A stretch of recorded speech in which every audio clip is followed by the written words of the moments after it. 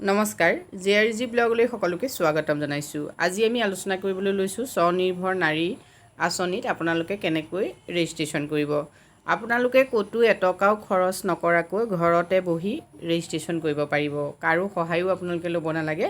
ভিডিঅ'টো প্ৰথমৰ পৰা শেষলৈকে যদি চাই নিশ্চয় আপোনালোকে ঘৰতে বহি নিজেই স্বনিৰ্ভৰ নাৰী আঁচনিত ৰেজিষ্ট্ৰেশ্যন কৰি আপোনালোকৰ উৎপাদিত যিখিনি বস্ত্ৰ আছে সেই বস্ত্ৰ আপোনালোকে চৰকাৰক বিক্ৰী কৰিব পাৰিব।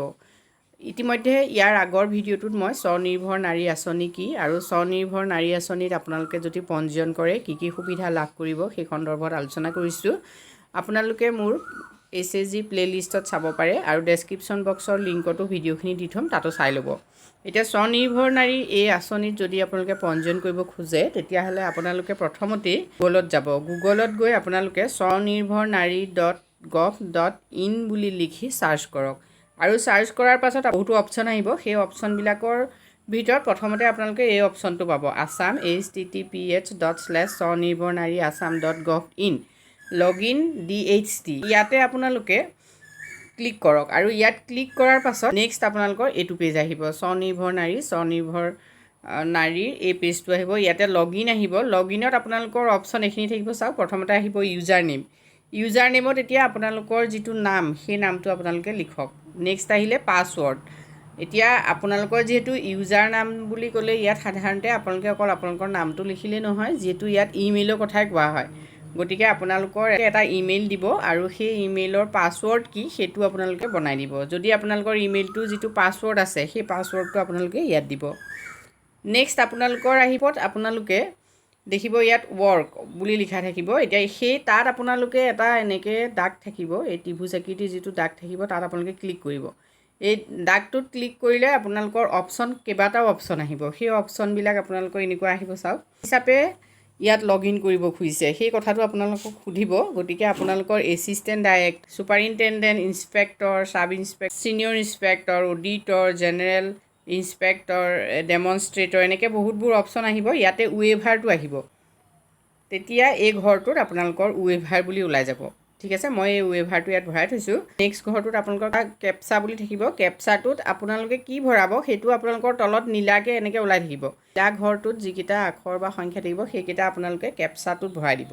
তাৰপৰা আপোনালোকে লগইন অপশ্যনত টিপিব। এতিয়া চাওক, এই স্বনিৰ্ভৰ নাৰী বুলি এনেকৈ যিটো আমাৰ প্ৰথম পেজ ওলাব সেই পেজটোত এই তিনিটা আপোনালোকে আঁচ দেখিছে নহয়, এই তিনিটা আঁচত যদি আপোনালোকে ক্লিক কৰে তেতিয়া আপোনালোকৰ এই পেজটো আহিব, home, report, documents, standard, notice, gallery, login আৰু ৰেজিষ্টাৰ। যিহেতু আপোনালোকে ৰেজিষ্টাৰ কৰিব খুজিছে গতিকে আপোনালোকে ইয়াত ৰেজিষ্টাৰ টিপিলেই হ'ল।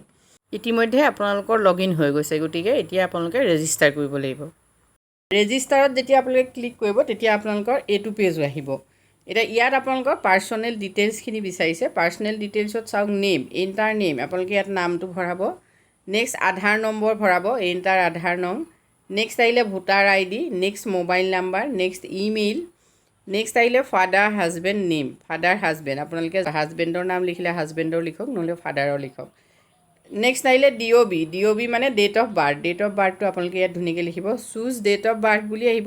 ইয়াত আপোনালোকে ক্লিক কৰিব। ক্লিক কৰিলে আপোনালোকৰ অপশ্যনখিনি আহিব আৰু সেইমতে আপোনালোকে ইয়াত নিজৰ ডেট অফ বাৰ্থটো দিব। নেক্সট আহিলে জেণ্ডাৰ। এতিয়া ইয়াত আপোনালোকে এই দেখিছে ইয়াত এনেকৈ ত্ৰিভুজ থকাবিলাকত আপোনালোকে সেই ত্ৰিভুজটোত ক্লিক কৰিব। তেতিয়া কি হ'ব, সেই ত্ৰিভুজটোত ক্লিক কৰিলে মেল নে ফিমেল তাত ওলাই যাব। তেতিয়া আপোনালোকে মেল ফিমেলত টিপিলে ইয়াত জেণ্ডাৰ আহিব। নেক্সট আহিলে কাষ্টত আপোনালোকে টিপিব চুজ কাষ্ট।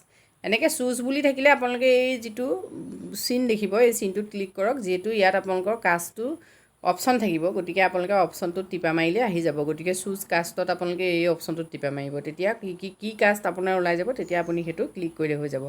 নেক্সট আহিলে পিনক'ড, এণ্টাৰ পিনক'ড, আপোনাৰ পিনক'ড কি সেইটো ভৰালে। নেক্সট আহিলে ফিজিকেলি ডিজেবল অৰ নট, অৰ্থাৎ ফিজিকেলি আপোনাৰ কিবা প্ৰব্লেম আছে নেকি, যদি আছে তেতিয়াহ'লে আপুনি য়েছত টিপক, যদি নাই তেতিয়াহ'লে নোত টিপক।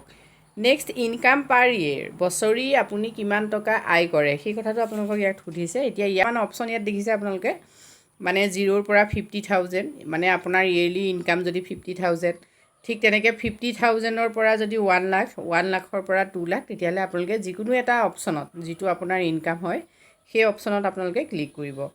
নেক্সট এড্ৰেছ ডিটেইলছত চাওক, ডিষ্ট্ৰিক্ট চুজ ডিষ্ট্ৰিক্ট আপোনালোকে চুজ কৰক। যিহেতু ডিষ্ট্ৰিক্টবোৰ দি দিয়া থাকিব এই ভুজটো, এইটোত আপোনালোকে ক্লিক কৰিব।